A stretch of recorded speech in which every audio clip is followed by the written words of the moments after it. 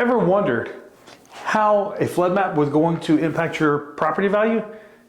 Or, hey, is this flood map going to destroy my deal as a real estate agent? Well, in today's video, I'm showing you exactly how that could happen and how to avoid it.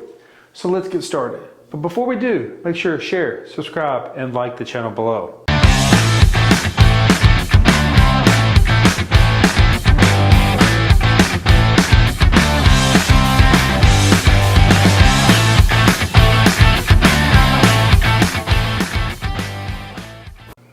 Hi, I'm Chris with the Flood Insurance Guru.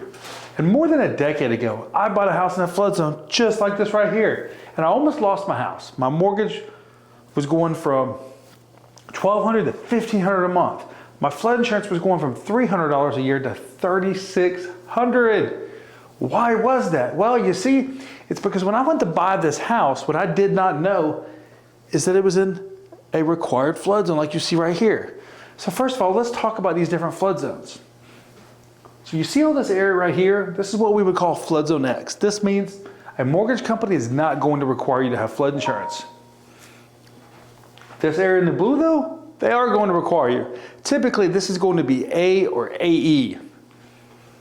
So think about this.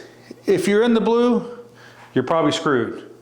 If you're in the X, then you're free to do whatever you want. But let's talk more about this blue area. What does all this blue area mean? Look, this is where FEMA thinks flooding could happen. This is your 100-year flood zone. Remember, when we're talking about 100-year flood zones, all that is a probability that 1 in every 100 chances in a given year that your property could flood. So if you have any of your property in here, you're going to be required to carry flood insurance, typically. So whether your structure's in there or not, most of the time they're going to require you to do that unless you've done a letter of map amendment to remove this property. Now let's talk about this red area. This is, or when you'll see like kind of stripes like this right here, where you can see these kind of lines right here. These are the areas that you want to avoid as a homeowner, potential homeowner. This is what's considered the floodway. If you're building a house, it could be very difficult to get approval. If you're buying a house that's in this area, flood insurance could be extremely high or limited. In fact, what we find is in floodways now, about 80% of private companies don't even want to insure them. And the National Flood Insurance Program is now using this as a rating factor because of its distance to floodway. So if you're in Brown or any area over here, flood insurance could still be higher, but it's still going to be the highest here. Now here's the thing, remember this. The flood zones don't have that much to do with the flood insurance anymore. Things that have to do with it are like your distance to water, like you can see right here. Like this is Homewood, Alabama. So this may be Shades Creek or something like this that's running this way. Then there is your replacement cost. Well, replacement cost in today's world is a lot higher.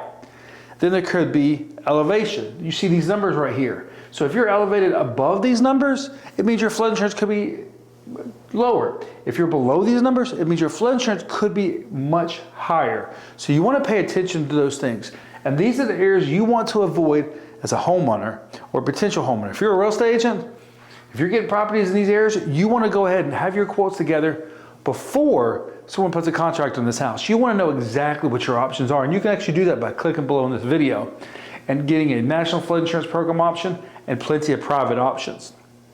But in today's video, I just wanted to show you actually what this flood map looks like, what you need to avoid as a homeowner or potential homeowner, and as a real estate agent, what you need to prepare for so you can maximize profitability on those deals.